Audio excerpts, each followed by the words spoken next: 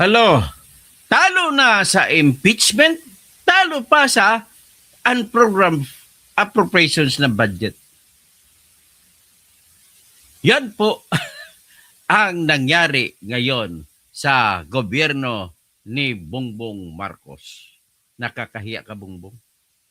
Dito mo talaga makikita kung sino ang magnanakaw at sino ang hindi.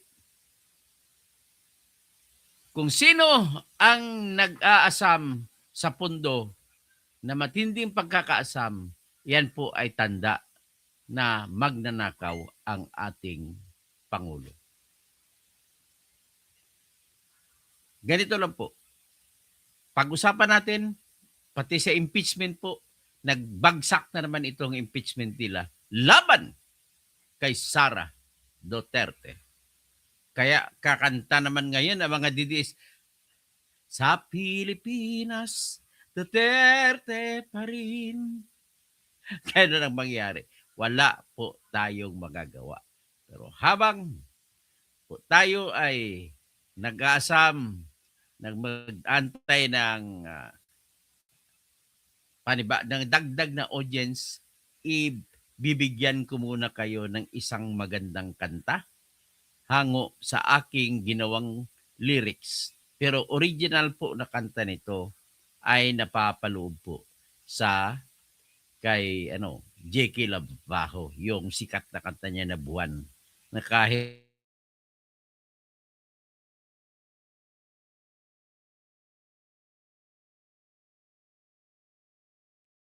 na nasyonal na magaling managalog ay kinakanta lagi ito. So, ito po ngayon ang pakinggan natin. Ipi-play ko lang po kasama po sa ating ihahandog dito. Saan ba yun? Kanta natin na yan. Ito.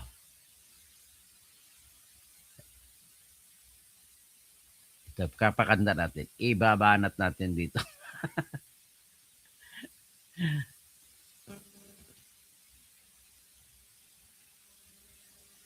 Ito ha. Share natin. Ang title po ng kantang ginawa ko, ang kanta, ang tono ginawa ni J.K. Labajo. Ang kanta, ang titulo, ang lyrics ginawa ko po. Pero matagal ko na ito ginawa. Siguro mga last year pa. Tingnan ko kung last year ba ito. Kailan ko ba in-upload ito? Tingnan natin. Kailan ko in-upload ito? In-upload ko ito noong August 31, 2025. So, ang tagal na, no? Pero pakinggan nyo, matutuwa kayo dito sa kanta na ginawa ko. Pakinggan nyo po.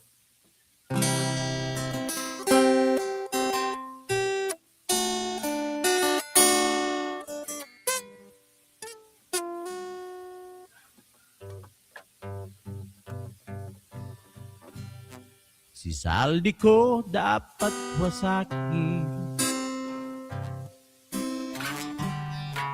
kahit na siya'y bahagi. Siya kayong igigisa.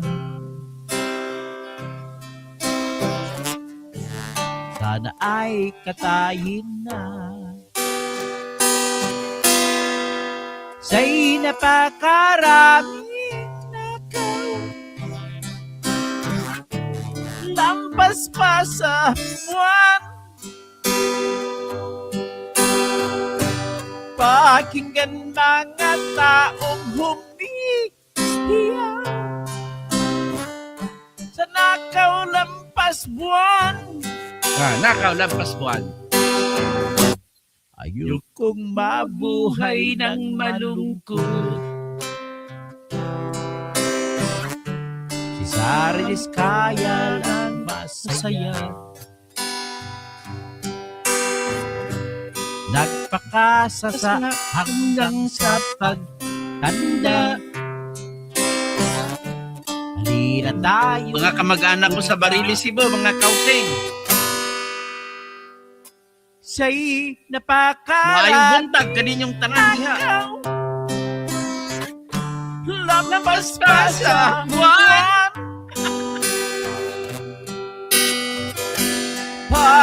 Pakinggan mga taong umiiyak sa nakaw lampas buwan. Nakaw lampas buwan. Siklo dito, ganda umaabot sa buwan. Ang Pinoy na puso'y walang mahahawakan. At Kamaog napaka ko magsulti o buwanon. sa amin, ikaw ang kapal, kaulang sa sampalin. Damdamin, masakit na damdamin. Sa'y napakarating nagnakaw, lampas pa sa buwan. Salamat ni Miss Marcos de Nuestro. Pakinggan mga tao sa nakaw lampas buwan.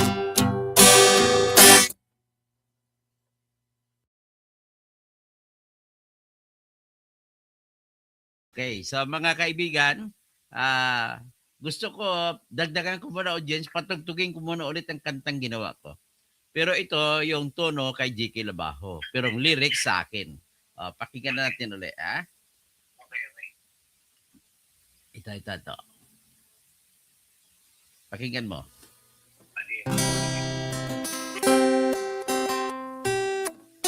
Title na, Lampas Buwan. Ang pagnanakaw, Lampas Buwan.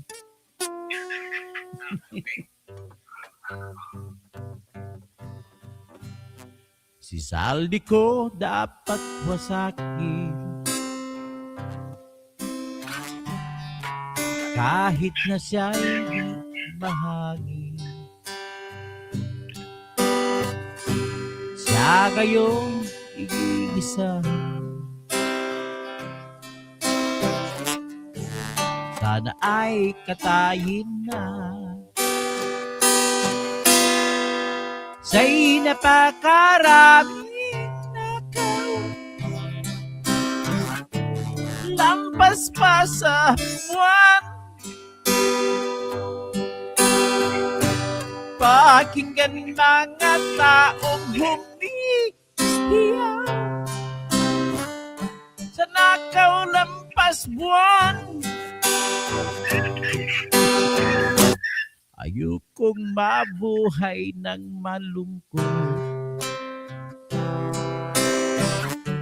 Si Sara Diskaya lang masaya. Si Sara Diskaya lang masaya.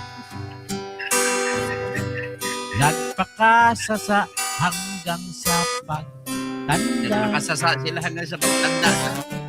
Halina tayo'y umiga. Morbida gayod mga amigo. Sa'y napakaraming nakaw, lampas pa sa buwan. Pakinggan mga taong umiiyak sa nakaw lampas buwan.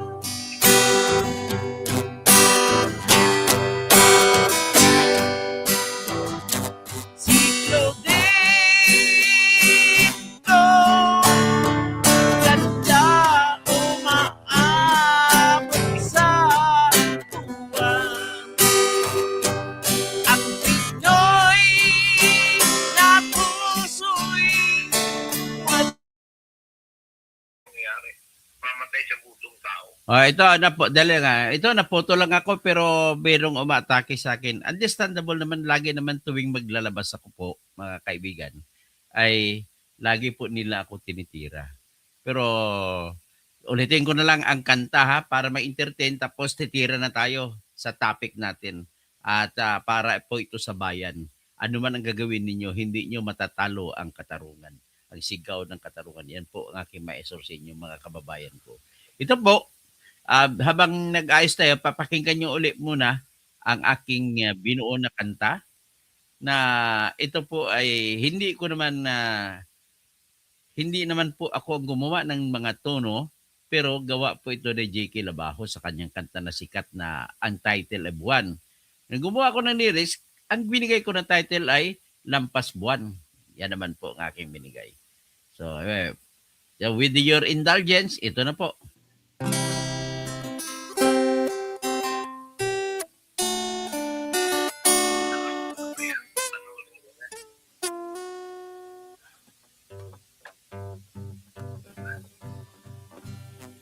Si saldi ko dapat wasakin kahit na siya'y bahagi. Siya kayong igigisa. Sana ay katayin na. Sa'y napakaraming nakaw, lampas pa sa buwan. Pakinggan mga taong humihiya sa nakaw lampas buwan. Ayokong mabuhay ng malungkot. Si Saris kaya lang masaya. Nagpakasasa hanggang sa pagtanda. Di na tayo'y tumiga. Siya'y napakaraming nakaw, lampas pa sa buwan. Pakinggan mga taong umiiyak sa nakaw lampas buwan.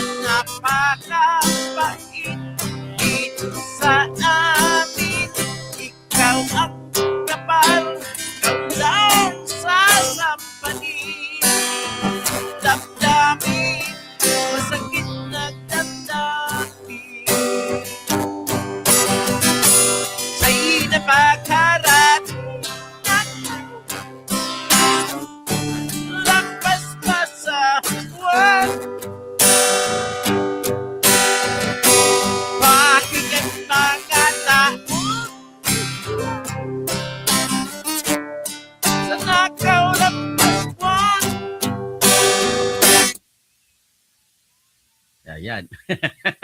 Ito, start na po tayo. Maraming salamat at you bear with me.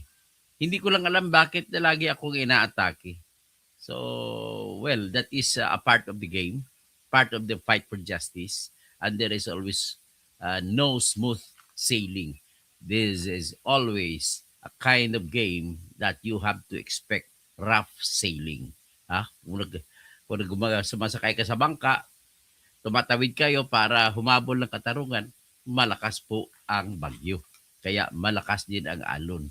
Yan ang tinatawag na rough sailing. So ngayon mga ladies and gentlemen, nais ko lang sabihin sa inyo, naku, bagsak na naman itong mga impeachment nila ni Luistro ni Ridon. Ang mga tao na mga nagkukunwaring magaling. Ang problema sa inyo, nagaling-galingan kayo. Akala nyo, alam nyo na yung pinag-aralan yung batas ay tama. Nako naman. It is not what you see. It is how you see the law. Yan po ang aking ma-advise sa lahat po na abogado, lahat ng judge. Lahat ng judge, pinapakiusapan ko po. Siguro, panahon na para umpisahan natin yung tinatawag na Solomonic Way of Judgment.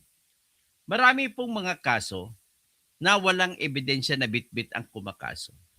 Pero damang-dama mo na yung mga lumalapit sa korte mo ay may laban dapat. Isa lang po sample na sasabihin ko na bago tayo mag-tackle dito kasi may relasyon din ito sa impeachment. May tinulungan po ako, matagal na ito, nung abogado pa ako ay walang dalang dokumento. Pero sabi ko, anong gusto mo mangyari? Gusto ko sana mabawi yung lupa na akin yun. Oh, sa'yo naman pala, bakit nawala? Kasi po ganito po yun. Nung ako'y bata pa, ay nagalit sa akin ang nanay ko. Yung minana ko na lupa galing sa tatay ko, ay inutusan ako na pumirma ng deed of absolute sale at ilipat ko raw sa mga anak ko na nag-aaral pa. Bakit? Kasi nahuli ako ng nanay ko na meron akong kabit at may anak ako na 2 sa kabit. Tapos ayaw nila na mapunta ang kayamanan nandun sa mga kabit. So, ganun ba? Paano natin mapatunayan na talagang pinwersa ka? Patay na nanay mo. Ayaw na rin tanggapin ng mga anak mo. Nakatatlong kaso na po siya. Bagsak lahat, binasura lahat. Ang huling kaso niya na umabot sa Supreme Court, basura. Sa simpleng dahilan po mga judges. Sabihin ko muna, kapwa ako na nakaaral sa batas. Mga judges, no? Mga piskal, mga justices na nakikinig sa akin. Siguro panahon na siguro na pumunta tayo sa tinatawag na judgment by Solomonic wisdom. Walang dokumento. Ilabas mo lang Solomonic wisdom mo. Paano po yung Solomonic wisdom? Binigyan po ng Panginoon, ayon po mga kababayan kong Islam, religious sectors, ay ganito pong kwento sa Holy Bible, hindi sa Quran. Kundi si Solomon, Haring Solomon, ay nanghingi siya ng kung ano ang bigyan siyang talino. Hindi niya kailangan ano bang mga bagay, gusto niyang talino. Binigyan siya ni Allah ng talino. At sinubukan siya ni Allah ng isang panahon na may pumunta sa kanya na 2 babae. Ang pinag-awayan ay yung isang bata. Ang 2 babae ay nagsabi na ako nanay niyan. Nalilito ngayon ang mga tao, pati si Solomon, nalilito. Sino ba ang totoong nanay? Sa dalawa, wala namang birth certificate. So ito po kinikwento ko para ma-encourage ko lahat ng judges. It is not a reason for you not to decide on the case just because of the silence of the law. Nakalagay po yan sa Civil Code of the Philippines. In the same manner, I could say it is not for you to dissuade from deciding on a case just because there is no evidence presented. Alam mo, nais ko lang ipako sa kaisipan ng mga judge natin na nakikinig sa akin. Nandiyan ka, naging judge ka dahil ibang taas ng antas ng ng talino mo sa pag-analyze sa mga bagay-bagay. Inupo kayo dyan para magiging judge. Ang judge ay hindi lang nakatingin sa dokumento. Kasi kung dokumento lamang pag-usapan natin, hindi na kailangan pumunta sa korte ang tao. Dokumento na lang basihan. Pupunta na lang, gagawa na lang ng batas. Kung may mga kaso ng dokumento, dito na kayo. Huwag na kayo umakyat sa korte kasi ang korte para lang yun sa mga kaso na walang dokumento. Karon, doon papasok ngayon ng talino. So anong ginawa ni Haring Solomon? Walang birth certificate. Sabi niya, okay, ibigay sa akin ng bata. Surak! Kasi mga maradaw So ang urak kasi bata Tapos, hatiin sa 2 ang bata. Pagkatapos ng isang hati, ibigay sa isang babae. Ang isang hati, ibigay sa isang babae. Dito na ngayon, sumigaw ang isang babae. Haring Solomon, huwag niyo na pong hatiin. Ibigay niyo lang po sa kanya. Mabuhay lang bata. So, nagdesisyon ngayon si Haring Solomon. Ito yung totoong nanay. Kaya, nagdesisyon si Haring Solomon, ibinigay sa babae na nagparaya. Yun ang totoong nanay. So, in the same manner, kinikwento ko lang itong Solomonic wisdom Baka may nakakarinig dito ng mga judge. Sana ganun po ang gagawin nyo. Ano ang katumbas niyan sa ating rules of evidence? Kukunin nyo po sa rules of evidence natin yung tinatag na judicial notice. Judicial notice of the experience of mankind. Ibig sabihin po, alam na ng korte kung ano ang buhay ng tao, kung paano mag-behave ang normal na tao ayon sa karanasan ng buhay. Yan lamang po. Sabi, maraming salamat po. Sana mayroong ibang mga judge dito na makatulong. Kaya ngayon, ang tinulungan kong tao, binagsak ng Court of Appeals. Nagsampa ako ng motion, ng petition for annulment of judgment. Binagsak ng Court of Appeals. Nag-file kami ng motion pre-consideration. At tiningi ko sa Court of Appeals, please gamitin ninyo ang inyong kapangyarihan sa pagdesisyon ayon sa nakikita ninyo, ayon sa tamang ugali ng tao. Kasi wala kaming dokumento. Anong ginawa ng Court of Appeals? Pinasagot ng kalaban. Yay! Nabuhay kami! Doon na tayo. Antay mo na lang yan. Ito na tayo ngayon sa impeachment laban kay Sara. Bagsak na naman. Okay? Kasi ang hilod na dulap. Permi lang kag mo nako, musukol ba na ka nako? Okay. God bless sa Lalain Toranuevo. Elizabeth Duhan, good morning. Raymond de Ribucas, mahubaran si Sara ni Buying at ni Madriaga. Ay wala, wa ko mutuuan ng Madriaga ana. Kuan siya fake news. Extortionist, kidnapper. Mayroon bang kidnapper na sasabi ng totoo? Okay? Ito na ngayon. Si Sara ay nagsampa na naman ng petisyon sa Supreme Court para ibasura na naman ang impeachment. This time, yung bagong impeachment. Sasabihin ko sa inyo, pakita ko muna sa inyo kung ano ang pruweba, kung ano ang petisyon.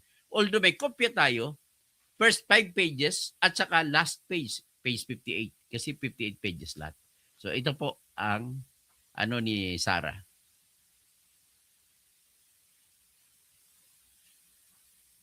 Ay, nako. Buhay. Mamaya babalik tayo ha. May mga bagong ebidensya na naman tayo na paglalaruan sa mga maleta story. Dito na natin makikita. Mabibisto na talaga natin ang maleta story. Okay. Ito. Ito na po yung petition ni Sara Duterte. Yan, ladies and gentlemen. Ito, ang nakakatuwa lang dito, siguro nakikinig sa akin mga abogado ni Sara Duterte Lay. Bakit? Nagkikinig sa vlog ko. Bakit? Kasi nga, ang rason na ginamit nila sa pagpapagsak ng ng impeachment ay yung mga rason na binablog ko.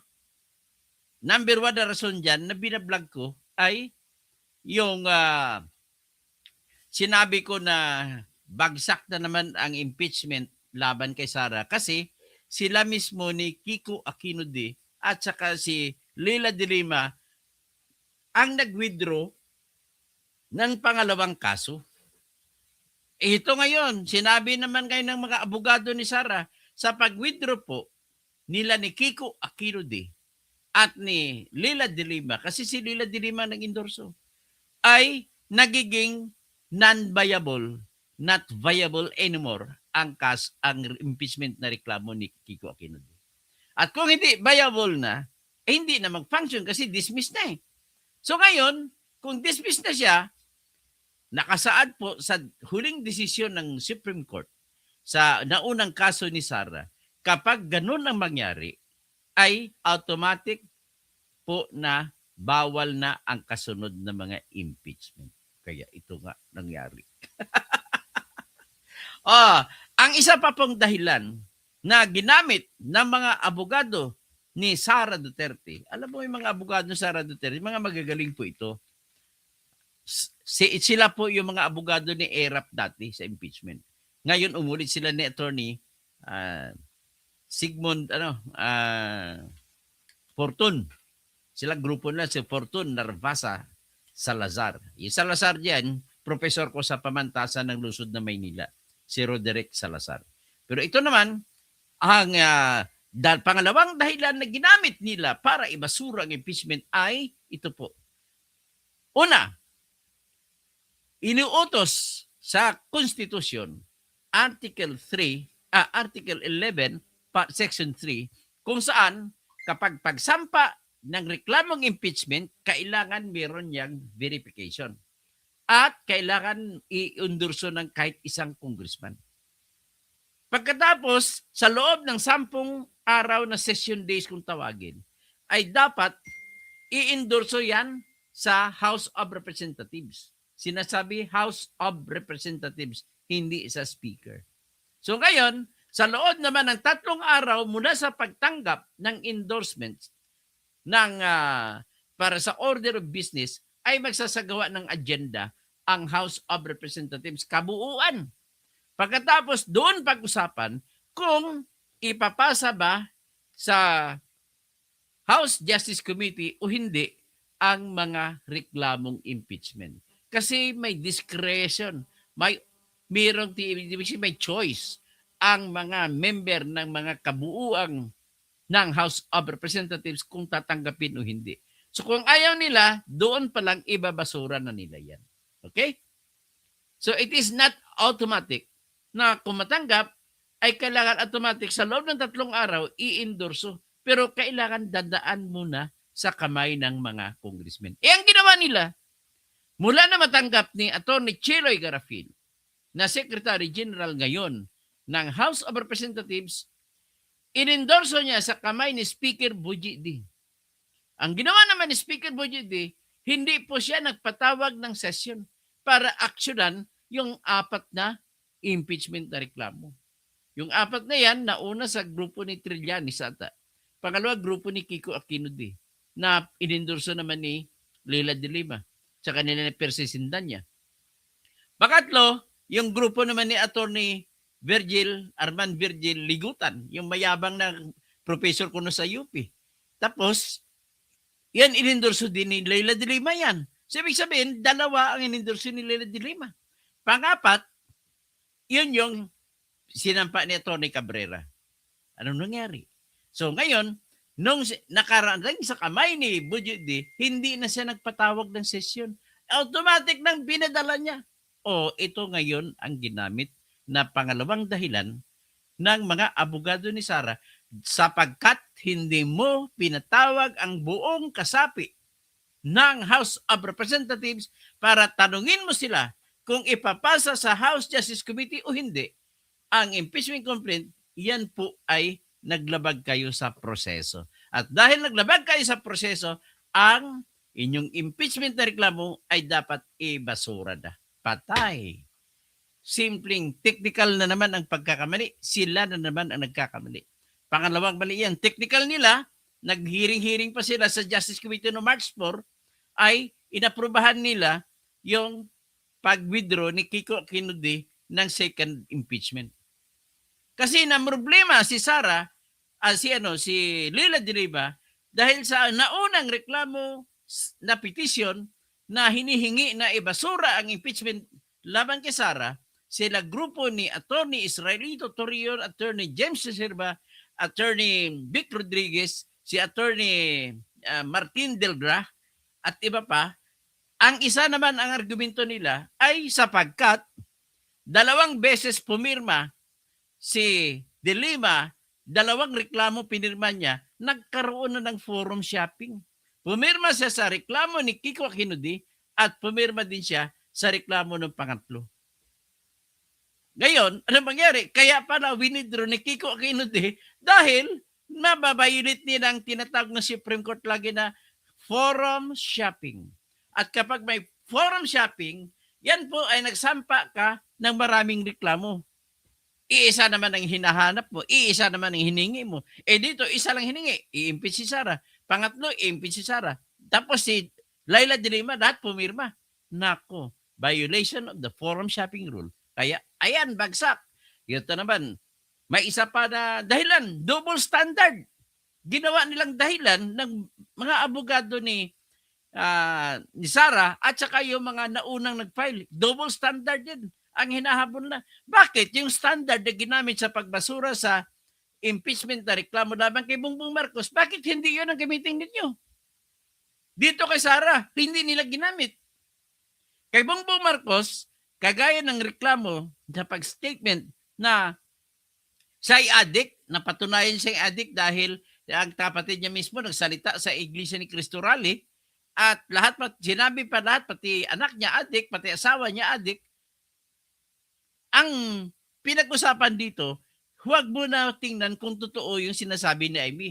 Tingnan mo lang muna ang pagbanggit ng mga detalye. Kung ang kompletong detalye ba yan para ma-impeach, sapat na. Saka na lang pag-usapan kung may ebidensya o wala para patunayan ang mga detalye. Pero sa kanila, hinanapan nila authentic document. Walang affidavit si Amy. Bagsak. Ganun ang ginawa nila. Kay Sara naman, kulang-kulang pagkabanggit. Walang detalye kung paano ninakaw ni Sara ang confidential fund mula nang matanggap ito ni Colonel Dennis Nolasco at saka si Colonel Raymond Dantila Chica. Hanggang doon lang, walang kwento. Tapos nagbigay ng resibo na confidential naman dahil sikreto ang pundo, sikreto din ang nakalagay ng pangalan ng tao kung sino nakatanggap. Kaya birong mga Merigis Piatos. Kaya pang-sikreto talaga yan. So ano nangyari? Wala silang kwento kung paano napunta sa bulsa ni Sara. Subagsak na naman, sana. Kaya lang, tinanggap nila. Ayan ang isa sa mga deal. Tingnan po natin itong mga sinampa ng abogado ni Sara. Ayan is second page. Palakihin natin. The initiation process conducted by respondents House of Representatives and the Committee on Justice is marred by grave abuse of discretion, amounting to lack or excess of jurisdiction and in contravention of the Constitution, as well as the guidelines laid down by the Honorable Court in Francisco versus House of Representatives et al., Gutierrez versus House of Representatives, Committee on Justice et al., and Duterte versus House of Representatives et al. Yan ang huling kaso naunang kaso ni Sara. So dito, the Zavalla and Cabrera complaints are void ab initio, ay walang bisa mula sa simula pa lang, for violating the 1-year bar rule under Section 3, Paragraph 5 of Article 11 of the 1987 Constitution, which prohibits the initiation of more than one impeachment proceeding against the same official within a period of 1 year, following the effective non-viability of the earlier initiated Castro and D complaints on March 2, 2026 through their respective setting aside and withdrawal. So dahil binasura nila yung naunang reklamo na sinampa ni Castro et al., si Franz Castro, at saka yung pangalawang reklamo na sinampa ni Kiko Aquino D, ay iyon po nag-create ng pagbabawal pag-create ng 1-year bar rule. Kaya hindi na pwede tanggapin yung pangatlo at pang-apat na impeachment na reklamo. Yan pong argumento nila. Next, accordingly, and all proceedings that emanate from these constitutional complaints and constitutional complaints are also unconstitutional. So letter D, the conduct of trial, whether mini or full-blown, by respondent Committee on Justice and the exercise of its ancillary incidents, including the issuance of compulsory processes, are unconstitutional and encroaches on the power of the Senate solely vested in the latter by the Constitution. Consequently, Section 7 of the Rules of Procedure in Impeachment Proceedings of the 19th Congress, House of Representatives, adopted by the 20th Congress insofar as it allows for such proceedings, is likewise unconstitutional. So letter E, Respondent Committee on Justice. Ibig sabihin, so dito, kanila din nireklamo na hindi pwede gamitin ang kasalukuyang panuntunan o batas ng impeachment proceeding sapagkat hindi ito properly published at properly deliberated upon. Kumbaga, inadapt lang kasi ng bagong congressman yung batas sa impeachment noong nakaraang mga congressman na grupo sa 19th Congress. Anyway, punta tayo. Letter E. Respondent Committee on Justice circumvented the limits of its constitutional task by improvising additional set of rules that were neither contemplated by the Constitution nor published. Ito. And promulgated by the Congress, in whom the Constitution solely vests the power to promulgate rules to effectively carry out the constitutional provisions on the impeachment process. Letter F. The proceedings conducted by the Respondent Committee on Justice remarkably show grave abuse of discretion and reek of double standards in the treatment of impeachment complaints referred to it, and evince a clear fishing expedition resulting in the violation of petitioners' constitutional rights to due process, presumption of innocence, and equal protection of the laws, which this honorable court directed in its ruling in Duterte case that applies to the entire impeachment process. So, asa na ngayon pinagmamayabang nyo, Luistro, Locarit Luistro, tsaka Ridon, at saka si Congresswoman Isabel Zamora, nasunod na naman ang proseso? Hindi po nasunod ang proseso. With due respect sa inyo. Nagpaka-bright-bright kayo pero bubo naman pala kayo eh. Hindi nyo nasunod. Number 2, direct resort to this honorable court in its original jurisdiction is justified, as most, if not all, of the exceptions to the principle of hierarchy of courts are present. The questions presented in this petition are genuine issues of constitutionality that must be addressed at the most immediate time, of transcendental importance, exigent, and best decided by this honorable court. These constitutional issues involve novel issues. Ibig sabihin, unang issue pa lang, first impression, bagong issue, on the constitutional limits to the exercise of the House of Representatives of its power to initiate all cases of impeachment, and there is no other plain, speedy, and adequate remedy in the ordinary course of law. Under the attendant facts and circumstances in this case, Petitioner Sara Duterte raises, among others, the following issues in the impeachment proceedings against her. A. Whether respondent House of Representatives committed grave abuse of discretion amounting to lack or excess of jurisdiction when it completely dispensed with the deliberation and voting in a public plenary session before it allegedly referred the four impeachment complaints to the Respondent Committee on Justice. So dapat gusto nila ay dapat pinag-usapan muna bago i-refer. Ang problema, ginawa ni Speaker Bujidi, ni-refer ka agad.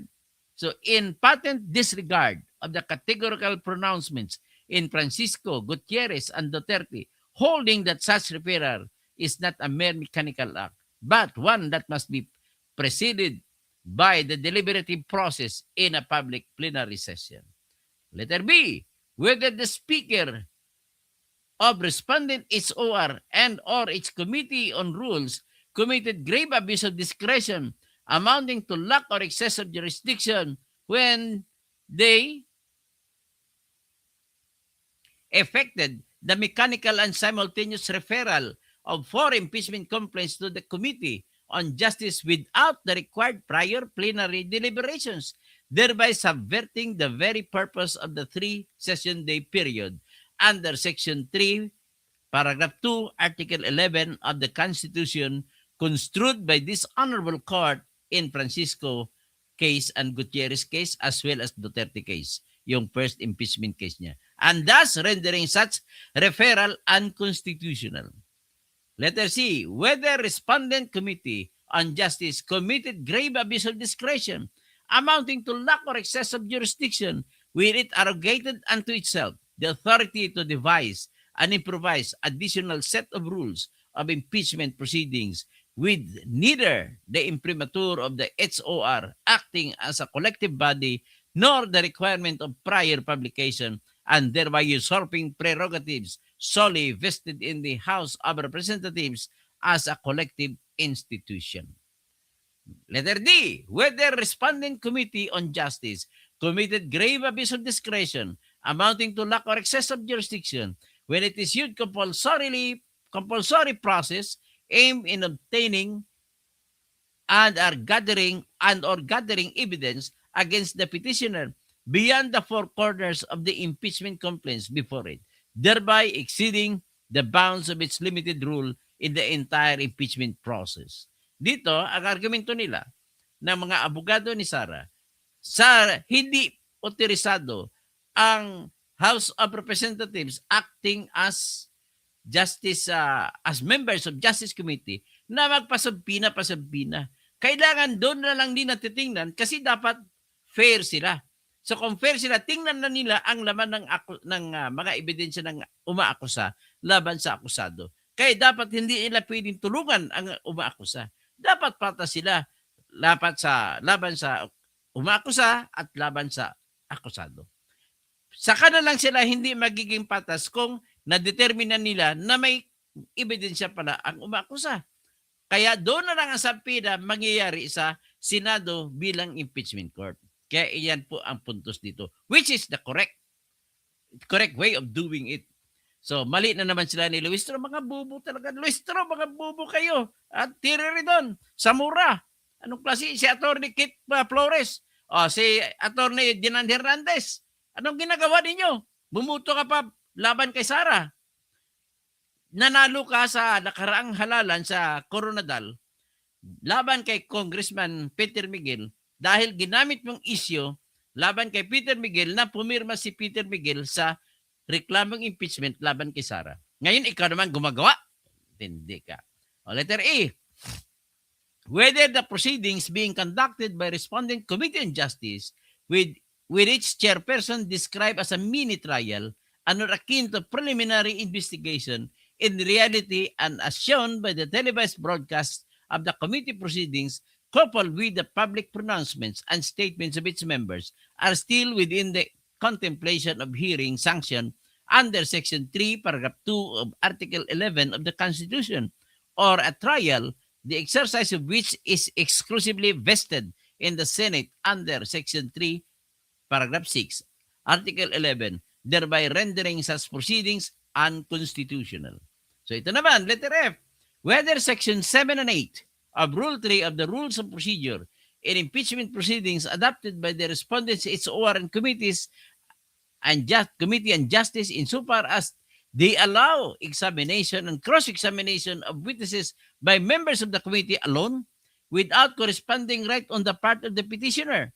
Oh, tinatanong nila kung tama ba yung mag-cross-examine lang member lang ng committee at hindi bigyan ang mga abogado ni Sara. Yan ang reklamo dito. Or her counsel and other concomitant processes distinct to trial proceedings before the Senate aimed at fishing for evidence supportive of the impeachment complaints are constitutional. And ito,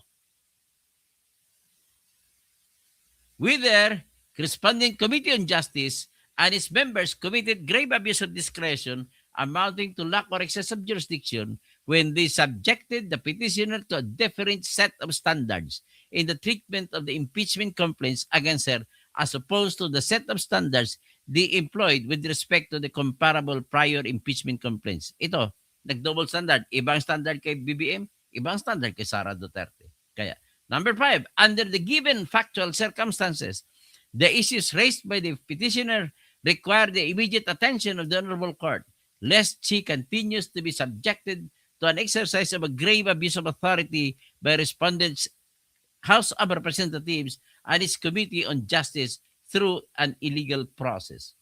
Number 6, considering that the subject of the impeachment effort in this case is the removal and perpetual disqualification of the second highest official of the country, elected by the overwhelming number of the electorate, the issues raised are of transcendental importance and demanded by the broader interest of justice as the rights violated are constitutional in character. Effort must therefore be exerted to determine whether or not there was strict compliance with constitutionally imposed procedure and observance of constitutional standards and restrictions. Number 7, the petition raises genuine issues of constitutionality involving, as it does, constitutional standards and parameters set under Article 11 of the Constitution with respect to impeachment proceedings and the controlling principles laid down by the Honorable Court in Francisco, Gutierrez, and Duterte. Number 8, there is no plain, speedy, and adequate remedy available to the petitioner, to Sara, to stop the brazen and wanton disregard of her constitutional rights by Respondent Committee on Justice, except to seek urgent relief from this honorable court. If not corrected by a writ of certiorari and prohibition, petitioner stands to suffer from the consequences of an unconstitutional impeachment proceeding, including her eventual trial before the respondent Senate. Number 9, this petition is being filed today, April 1, 2026, well within the prescribed 60-day period under Rule 65, reckoned from the inclusion of in the additional order of business of the 4 impeachment complaints on February 23, 2026, and their supposed referral to Respondent Committee on Justice on the same date. Attached to the original copy of this petition is a copy of the official receipt showing the full payment of the requisite docket fees. So yan. Tapos ang prayer nila, ibig sabihin anong hiningi ni Sara? Sinabi niya, it is respectfully prayed that upon the filing of the petition, a temporary restraining order be issued to enjoin respondents SOR. So nanghingi siya ng TRO para patigilin kagad. Number 2, after due proceedings, kung matapos itong hearing dito, ay magpadabas kagad ng writ of preliminary injunction at bawalan na sila magpatuloy ng impeachment nila sa kaso na sinampa ni Saballa at saka Cabrera na mga nagrereklamo. Tapos, Section 7 and 8 of the Rules of Procedure in Impeachment Proceedings, as well as the guidelines issued by the Responding Committee on Justice, be declared void and unconstitutional. Tapos, number 4, thereafter, issue a final injunction nullifying and setting aside the impeachment proceedings relating to the Saballa and Cabrera complaints for being unconstitutional and enjoining the respondents' House of Representatives, Committee on Justice, and the Senate of the Philippines from doing any and all acts relative and pursuant thereto. So, yan po, ladies and gentlemen. Ladies and gentlemen, judgment call ko, patigilin na rin ng Supreme Court yan. Grabing abuso ginagawa nila ni Locaret Cluestro, ni Ridon, tsaka Isabel Ramos sa Zamora.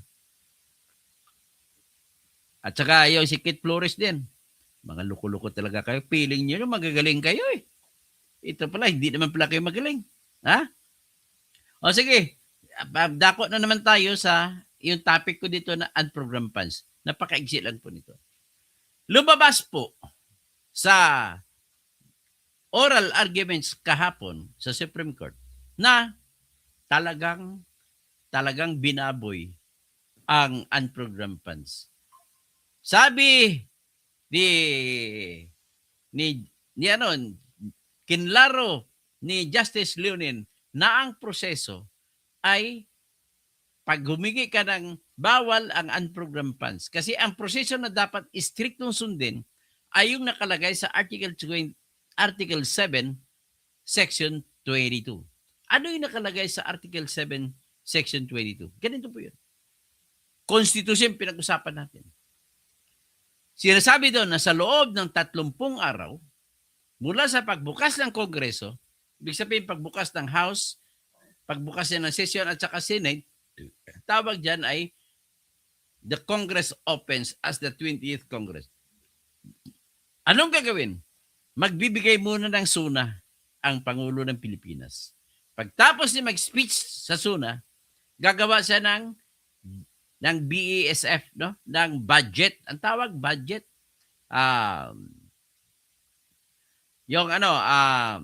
Budget expenditures and sourcing of financing. Kailangan istrikto na inuutos sa Section 22 na magbibigay ang Office of the President ng preparadong listahan ng gagastusin para sa susunod na taon. Ano yun listahan? Mga flood control projects, kung ano, lahat-lahat. Gastusin para sa mga opisina, sweldo ng mga tao, lahat-lahat. Nagagastusin ng pamahalaan natin. So ngayon, iyan ang utos. Ang utos, ulitin ko lang, yung expenditures, sourcing of financing. Kailangan isubmit mo budget kompleto, may nakalista kung saan kukunin ang pera. May nakalista yung expenditure, kailangan, of course, kailangan suportado kung halimbawa tulay, dapat may disenyo na plano ng pagkagawa kung paano gagawin ng tulay. Meron na dapat kompleto niyan, tinatag namin scope of works sa mga civil engineers, mga architects, may scope of works. Pagkatapos scope of works, may detalyado na na estimate, cost estimates, kung ilang bakal, ilang semento, lahat na nakalagay. So dapat hindi pwede karaka-raka mag-imagine ka lang kung magkano ilalagay mo sa kada proyekto, kailangan may basihan. Yan ang ibig sabihin ng Section 22, Article 7. Okay? So ngayon, pag naibigay na yan, doon sa House of Representatives, kasi iniutos sa ating Constitution na tanging House of Representatives lamang ang may kapangyarihan sa pagpuproseso ng ating budget na magsimula. Tapos ibigay sa Senado. Tapos sa Senado, kung hindi magkatugma ang kanilang version, ay magkikita sila sa tinatawag na Bicameral Conference Committee. So, obviously, nakalagay din sa Section 25, Paragraph 1 ng Article 6 ng ating Constitution na walang maaaring maipasa na batas para sa budget na mas mataas pa ang halaga kaysa halaga na tinalaga sa BESF, Budget, Expenditures, and Sourcing of Financing. Very clear ang utos ng batas. Hindi pwede maging appropriations ang walang pundo. So kung hindi pwede magiging batas ang mga walang pundo at saka hindi dapat lalampas sa itinalagang itinakda ng Office of the President kung magkano lamang ang pera gagamitin, ay bawal na maglagay ng unprogrammed appropriations. Bakit? Paano ka maglagay ng unprogrammed appropriations? Ano bang unprogrammed appropriations? Ang unprogrammed appropriations po, yung mga proyekto na nilista pero walang nakalagay kung saan kukunin ang pera. Kung saan manggagaling. Kailangan kompleto. Sinasabi sa batas, sa Constitution, sa Section 22, Article 7, kailangan kompleto na kapagkalista pati kung saan kukunin ang pundo. So pag ipinasa, so sa House of Representatives, bawal na bawal ang House of Representatives na magdagdag ng pundo na tinatawag o proyekto na tinatawag na unprogrammed appropriations. Ibig sabihin, unprogrammed, wala kasing pundo. So bawal! Bawal! Bakit tinaasan niyo yun? Kasi ang ginagawa pala nila, sindikato. Itong mga congressmen kasi natin, sila pinaka-numero unong kawatan sa lahat. Mga congressmen natin, kahit anong tribo, hindi naman sila magkakapatid. Iba-iba naman nanay, iba-ibang tatay. Pero bakit parehong ugali? Magnanakaw lahat. Ganito po yun. So, kung ano natanggap nila, ang Office of the President ay bawal din maglagay ng unprogrammed appropriation sa kanyang budget na ibinigay sa House of Representatives. In other words, limitado lang talaga kung ano ang mayroong pundo na sa panahon na ginawa ang proposal para gagastusin sa sunod na taon, ay limitado lang hanggang doon. Hindi pwede yung conditional. The Constitution does not speak of budgets or appropriations that are unconditional or conditional. Wala. Dapat it must leave the Congress complete without any more discretion to do. Kaya bawal yung post-enactment activities na magsasabi si Marcos, may unprogrammed funds. Oy, may pundo tayo sobra. Sasabihin, ipagawa muna natin ng Kabagan Bridge kasi nasira. Hindi pwede pa ganun. Kailangan sa Kongreso parang kompleto na lahat. Bawal ang unprogrammed appropriations.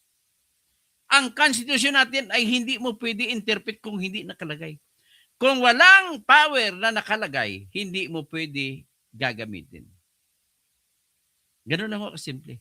yung kapangyarihan ng ating Kongreso sa pagsagawa ng batas ay limitado lamang sa mga batas na ordinary. Pero hindi pwede sa batas ng pagsagawa ng budget. Iba yon. Kaya specific.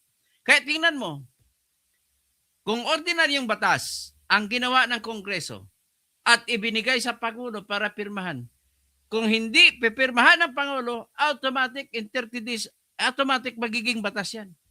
Pero yung budget law, pagtatapos ng Kongreso at ibigay sa Pangulo, hindi pwedeng hindi niya pirmahan. Kasi kung hindi niya pirmahan, ito po ay magkaroon ng mag-trigger na yung dating budget sa nakaraang taon ay yun ang automatic magiging budget natin. So, naintindihan nyo na? Alam mo, mga simpleng bagay lang ito. Ba't nagkakamali pa yung mga abogado? Daming abogado dyan sa Kongreso. Bakit nagkamali kayo? Napaka very easy intindihin. Section 22, Article 7, nagsasabi na kailangan bago mo ipasa sa Kongreso, ang gagawin ng Pangulo ng Pilipinas, kumpletuhin niya ang listahan ng gagastuhin.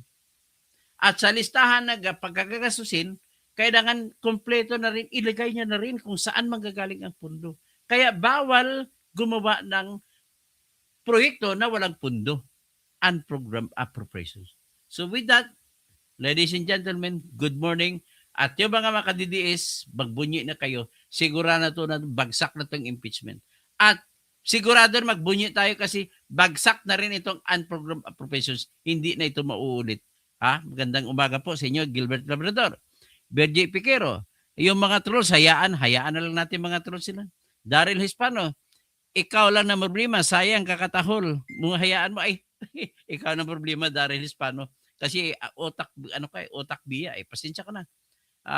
Hindi po bawal tumawag ng bubo. The most I can say is bubo po kayo. Raimundo Ribucas, bakit si Mary Grace Piatos hindi dumalo sharing? Wala po yan, mga kwentong pilosopo mo na lang yan, Raymond Ribucas. Galaxy, ang mga trolls bulag sila sa katotohanan, hindi nila maintindihan. Bergie Piquero, trolls making para maintindihan mo. Crazy. Ronel, ito si Ronel, double trouble ang mga hindi po, walang double trouble. Pasensya ka kayo, mananalo po pati si Digong. I-explain ko sa inyo. Robel Benson, buti na lang may isang Dr. Toto na nagpapaliwanag ng katotohanan na base sa kung ano ang batas. Long live! Viva! Raymond Ribucas, explain bakit hindi dumulog si Sara sa Kongreso. Karapatan niyo po yun, Raymond Ribucas. Karapatan niyo po yun. Bakit ka ikaw, Raymond Ribucas, kung ikaw si Sara, pupunta ka ba? Alam mo na mga dragon na sa loob. Kakatayin ka. Di ba ganun lang kasimple? So, ICC Bulok. O sige, hanggang dyan na lang muna at maraming salamat po. Pakilike-like na lang po at para magkaroon kayo ng informasyon na pag-live ko sa sunod ay tayo na. So, bayan!